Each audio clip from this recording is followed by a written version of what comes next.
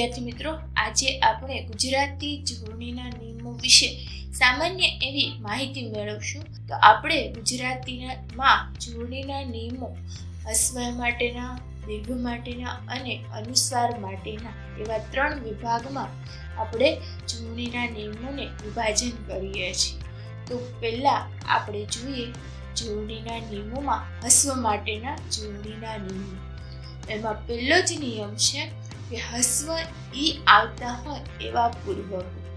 એમાં પહેલો પૂર્વક છે અતિ.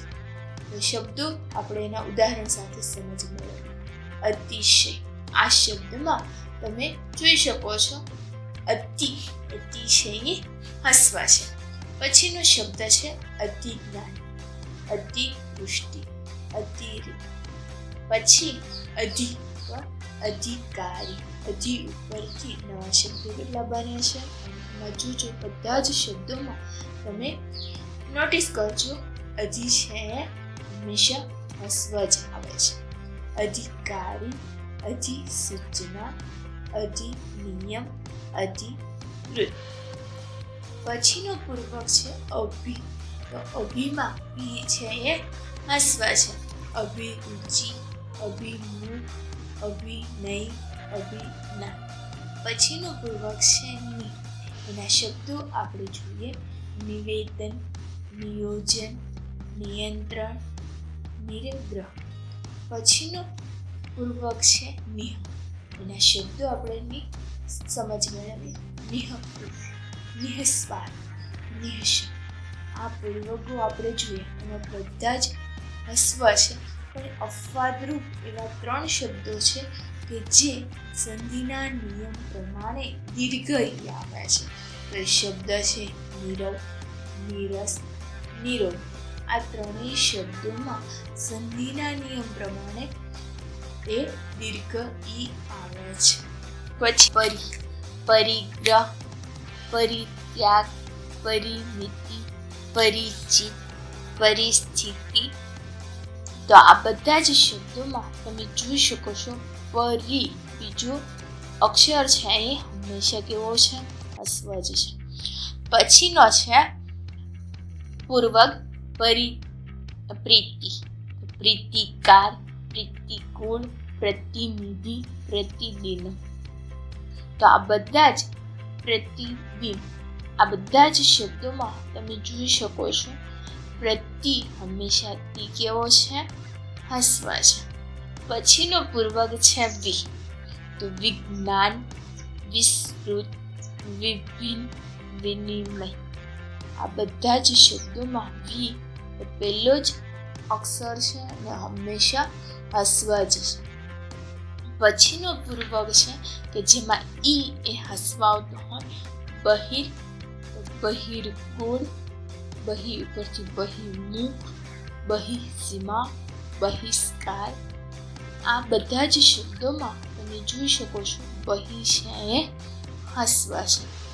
પણ આ છતાં આપણે બીજો જે પૂર્વક જોયો પ્રતિમાં અપવાદરૂપ એક શબ્દ છે કે સંધિના નિયમ પ્રમાણે પ્રતિક્ષા એ સંધિના નિયમ પ્રમાણે એ દીર્ઘ આવે છે. પછી આપણે ત્રીજો નિયમ જોઈએ હસ્વ ઉ આવતા હોય તેવા પૂર્વકો કે જેમાં ઉ છે એ હંમેશા હસ્વ આવતું. તેવો પહેલો પૂર્વક છે અનુશીલન, અનુયાયી, અનુરૂપ, અનુકંપા. આ બધા જ શબ્દોમાં, આ બધા જ ઉદાહરણમાં તમે જોઈ શકો છો ઉ છે એ હસ્વ છે. પછીનો પૂર્વક છે ઉપ. એના ઉપરથી આપણે ઉદાહરણ સમજીએ ઉપનિષદ, ઉપતંત્રી, ઉપયોગી, ઉપગ્રહ. ઉપ છે એમાં ઉ પહેલો અક્ષર એ હસ્વ છે.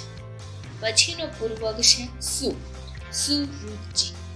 એમાં સુરુચિ શબ્દમાં પહેલો અક્ષર સુ એ હસ્વ છે.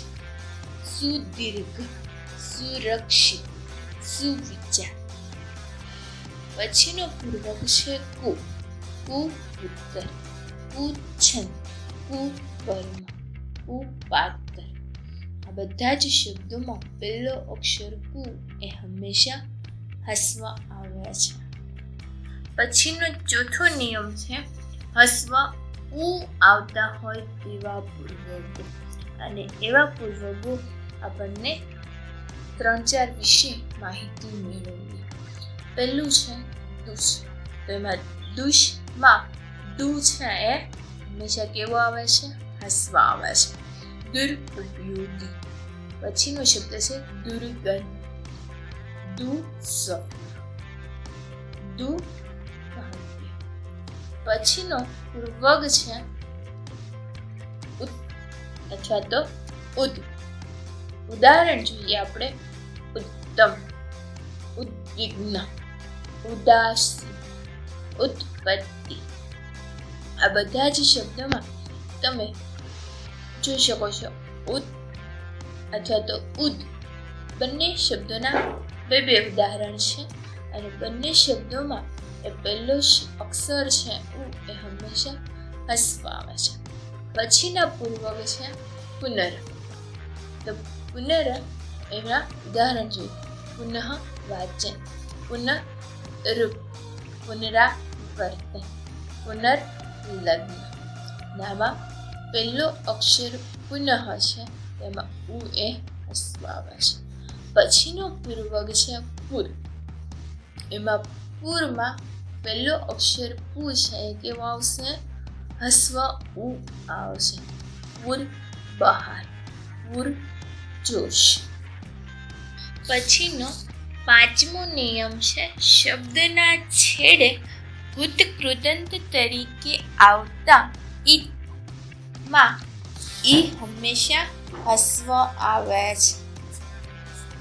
ને એને આપણે ઉદાહરણ સાથે જોઈએ કે શબ્દને અંતે ઈ આવતો હોય અને એમાં ઈ છે એ હસ્વ આવતો હોય તો તારાંકિત. આ શબ્દમાં છેલ્લે તારક વત્તા ઈત, બરાબર ને? અને એમાં છેલ્લે ઈત છે એ હસ્વ છે. પછી આજ્ઞાંકિત, લેખિત, નિર્ધારિત, સૂચિત, વતિત, કલ્પિત.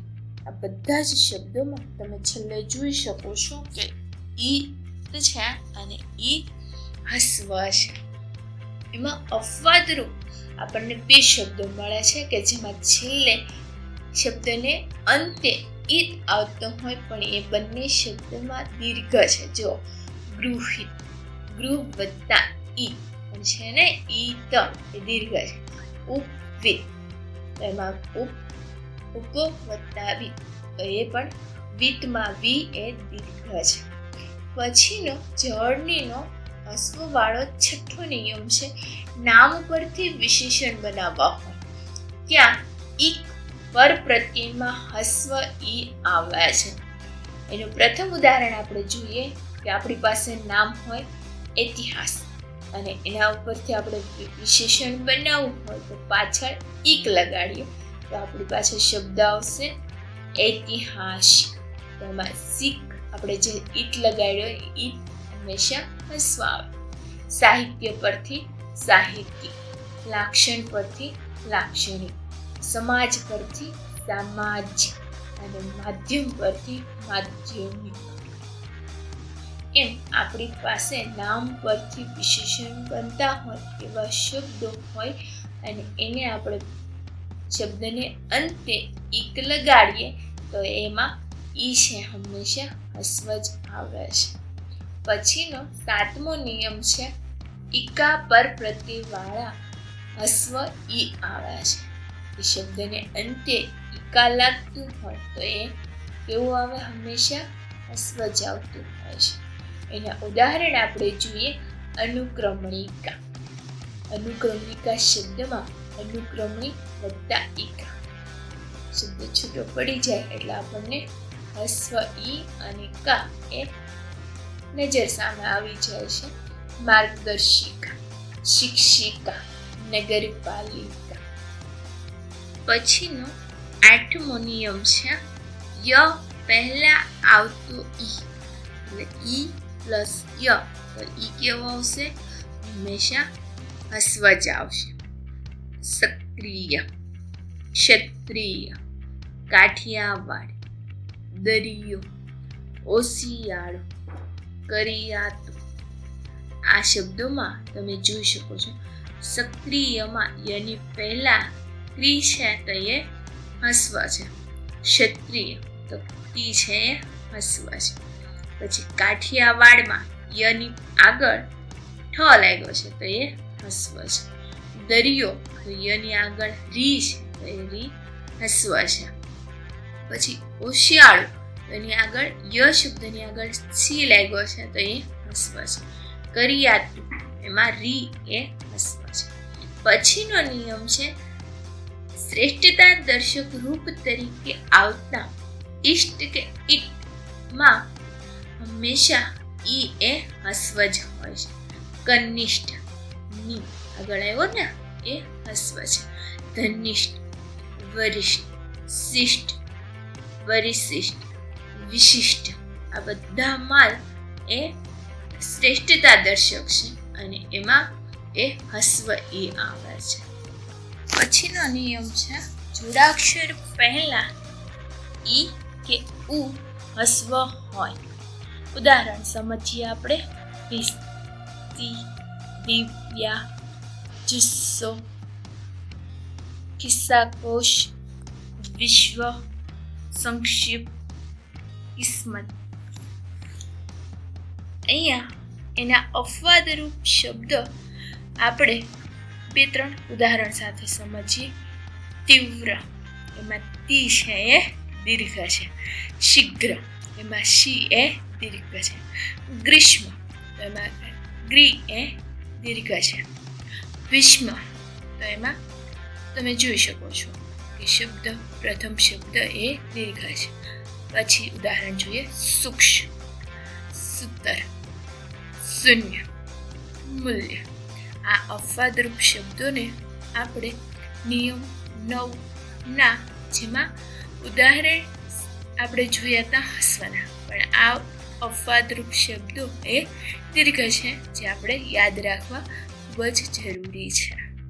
પછીનો નિયમ છે નારી જાતિના રૂપમાં અંતે ઈની કે ઈની માં હંમેશા ઈ હસ્વ હોય અને પછીનો ઈ હોય તો એ દીર્ઘ હોય છે.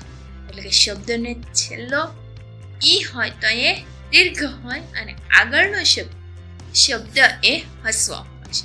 ઉદાહરણ જોઈએ આપણે. તપસ્વી એને આપણે નારી જાતિમાં રૂપાંતર કરીએ તો છેલ્લો શબ્દ થશે દીર્ઘ, એટલે તપસ્વી ની લગાડ્યો એ દીર્ઘ હતો તો એની આગળનો શબ્દ એ હસ્વ થઈ ગયો છે. પછી છે વિદ્યાર્થીની. પછી માયાવી તો માયાવીની. મોહિની, વિનોદિની, ગૃહિણી, હેમાંગિની. હવે અંતિમ નિયમ છે હસ્વ જોડણી માટેનો નામવાચક પર પ્રત્યે તા કે ત્વ લગાડતા અંતે આવતો દીર્ઘ ઈ એ હસ્વ થાય છે. ઉદાહરણ જોઈએ આપણે. ઉપયોગી અંતે આવતો ઈ દીર્ઘ છે અને કેવો બની જશે? હસ્વ બની જશે અને પાછળ આપણે તા અથવા તો ત્વ લગાડીએ તો નામવાચક બની જશે. તો શબ્દ બનશે ઉપયોગીતા, તેજસ્વી, તેજસ્વીતા, સ્વામી, સ્વામિત્વ, ઓજસ્વી, ઓજસ્વીતા. તો વિદ્યાર્થી મિત્રો, આજે આપણે ગુજરાતીના હસ્વ માટેના નિયમોની સામાન્ય એવી સમજ મેળવી અને હવે પછીના ભાગ 2માં આપણે ગુજરાતી જોડણીના નિયમો એમાં દીર્ઘ માટેની સમજ મેળવીશું. નમસ્તે.